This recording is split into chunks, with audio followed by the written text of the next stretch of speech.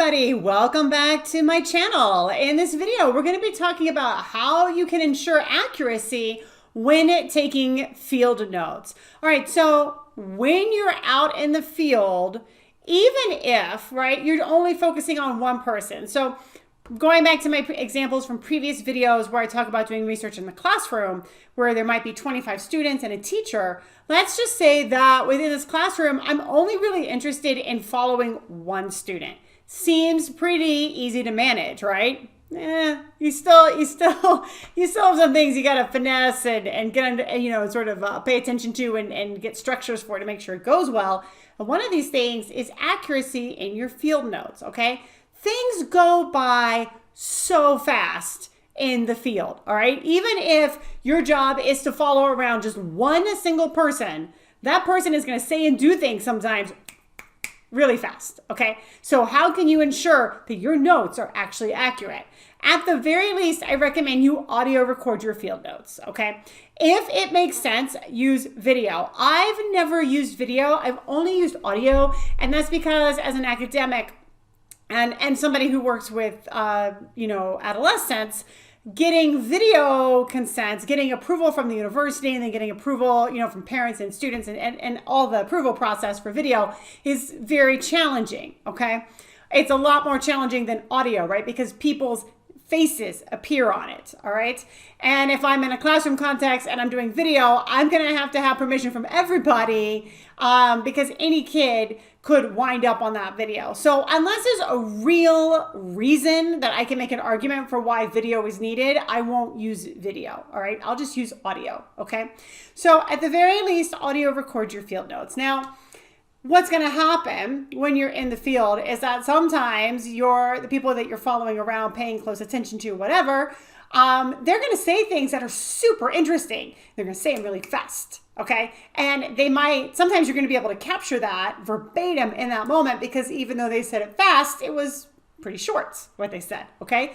But sometimes they say stuff really fast and they talk so long that you can't physically keep up with it in your notes, okay? If you want it verbatim. You might be able to get the gist of it and summarize it, but you're not going to be able to transcribe it verbatim, but you might really want it verbatim, okay? I know that, I want things verbatim when I can imagine that I'm going to want to talk to that person later and say, hey, this is what you said the other day. Can you talk about it a little bit more with me, help you understand why you said this, okay? I might look at it and think that's going to be something really interesting that I'm going to want to code later. That might be a quote I want to put in a write-up later. Okay, there can be a number of reasons, all right? But I assure you that your participants are going to say something more than once that you're going to want to transcribe verbatim, and you're not going to be able to get it all down in that moment, okay? So that audio recording or video recording, whatever you're doing, that's going to allow you to go back to that recording, okay? The other thing too, and transcribe it verbatim. The other thing too is that sometimes you realize, oh shoot, what just happened over there? I just missed that. And so having that audio recording lets you go back.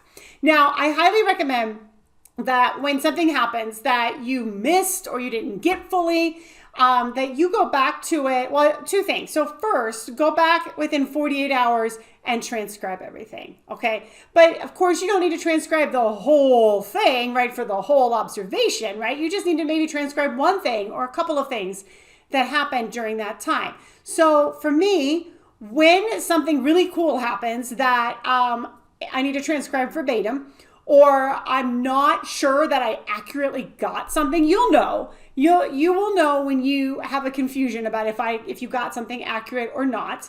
I highlight it, star it, flag that section on your field note form in some way so that you know when to go back, what it is that you want to look closely at.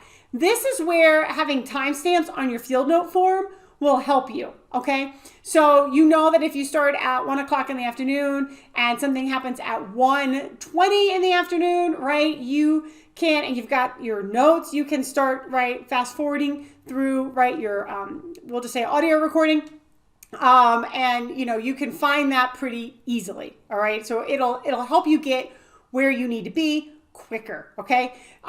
So that's what you need to do to ensure the accuracy, or that's what I do. Those are the things that I do to help ensure accuracy when taking field notes.